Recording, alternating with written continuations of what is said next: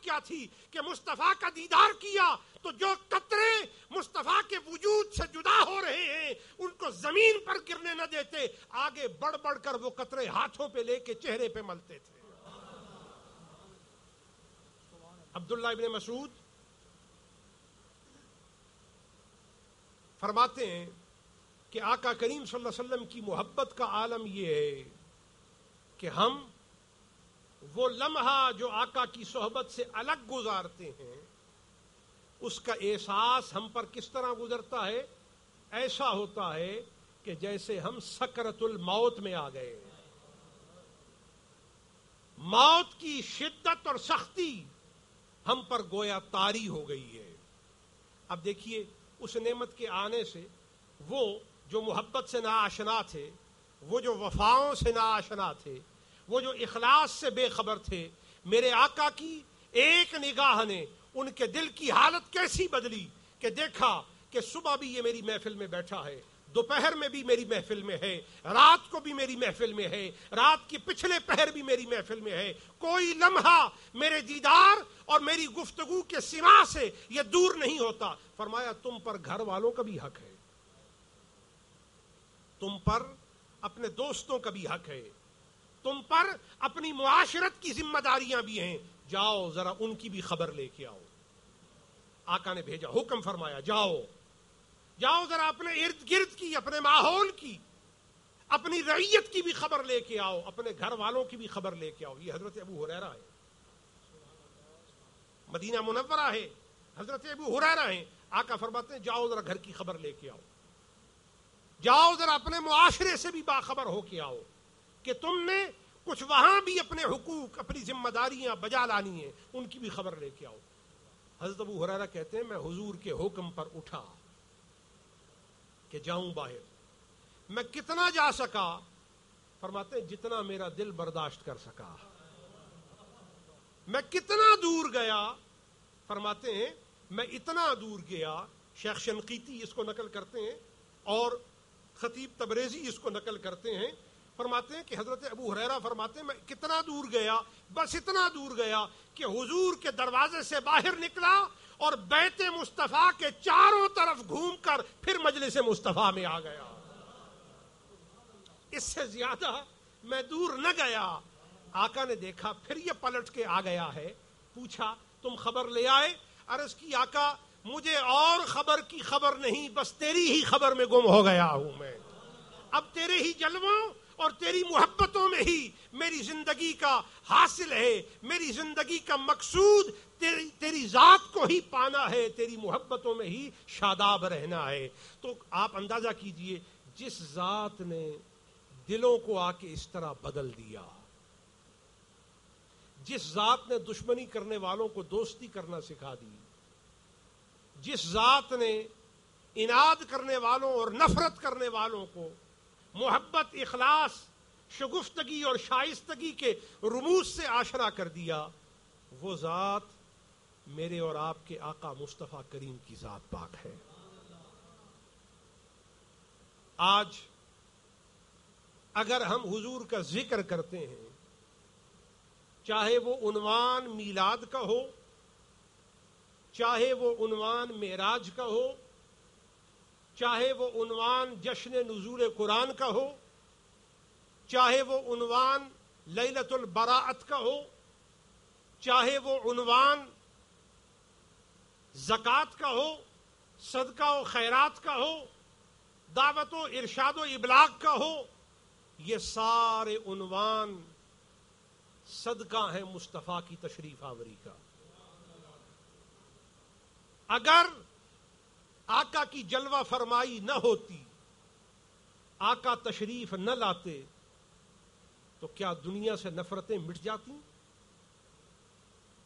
آقا تشریف نہ لاتے، کیا قرابتوں کو اور رشتوں کو، ان کی حرمت کو، ان کے تقاضوں کو کوئی سمجھ کر، اس کی ضرورت کو کوئی جان کر اس کے تقاضوں کی تکمیل کی طرف راست اقدام کر سکتا تھا؟ نہیں۔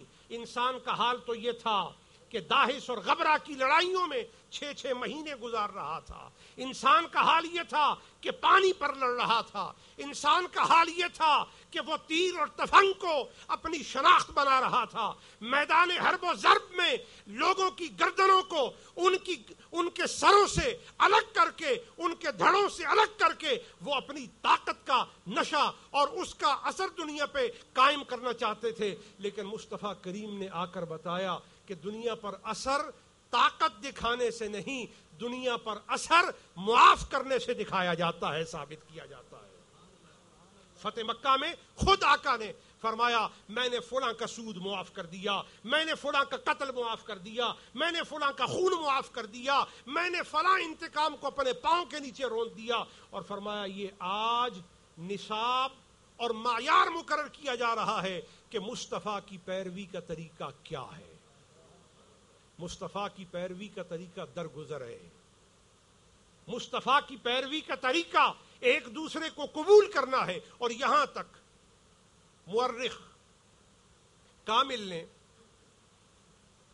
لکھا ہے اور واقدی لکھتے ہیں اور مسند اسحاق میں محدث اسحاق راہوی نقل کرتے ہیں کہ جس وقت آقا کریم صلی اللہ علیہ وسلم نے مکہ کو فتح کیا تو وہ تمام صحابہ جو بھرے کے بھرے گھر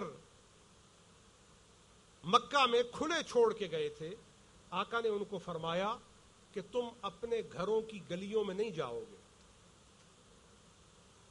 آج وہ کانکرر ہیں، آج وہ مکہ کے فاتح ہیں. فرمایا تم ان گھروں میں پلٹ کر ان کی گلیوں میں، ان کے راستوں میں، ان کے کوچوں میں نہیں جاؤ گے. کیوں؟ کہ آج ہمارے پاس موقع ہے کہ ہم وہ گھر واپس لے لیں. لیکن آقا نے ایسا کرنے کی اجازت کیوں نہ دی؟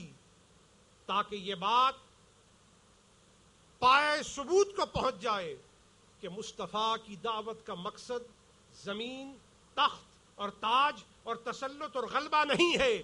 مصطفیٰ کی دعوت کا مقصد دلوں کو پاک کر کے انہیں آشنائے خدا بنانا ہے. فرمایا تم اپنے گھروں میں واپس نہیں جاؤ گے. اور خدا کی قسم مصطفیٰ کو دیکھ کر حق کو پہچاننے والوں نے پھر وہی کیا جو مصطفیٰ نے چاہا. کوئی نہ اپنے گھر کی گلی میں گیا، نہ کوئی اپنے گھر کے کوچہ کی طرف متوجہ ہوا. ہر ایک کی نگاہ اسی طرف رہی جس طرف رخ یار رہا ہے. یہ اسلام کا اصول ہے. ہم میلاد مصطفیٰ، ہم ذکر مصطفیٰ اور اس عنوان کی ہر تقریب اس لیے اپنے ہاں رائج کرتے ہیں کہ ہمارا ایمان مضبوط رہے. ہمارا ایمان، بولیے نا، ہمارا ایمان.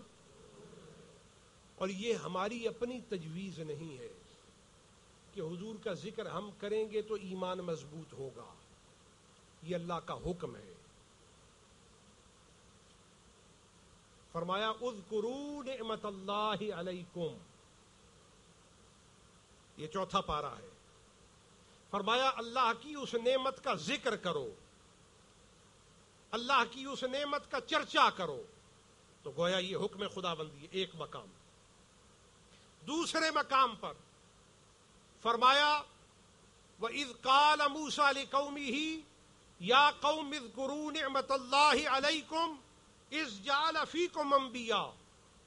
فرمایا جب حضرت موسیٰ نے اپنی قوم کو کہا کہ اے میری قوم، اللہ کی اس نعمت کو یاد کرو جب اس نے اپنے نبی تمہارے اندر بھیجے. دو مقامات. نبی کے آنے کے موقع کو یاد کرنے کا حکم، نبی کے آنے کے موقع کو یاد کرنے کے دو مواقع قرآن سے بیان کر دیے ہیں. پھر ایک تیسرا موقع خالق و مالک کائنات نے سورہ مریم میں دو مقامات پر دو نبیوں کا متواتر تدریجاً ذکر کیا ہے.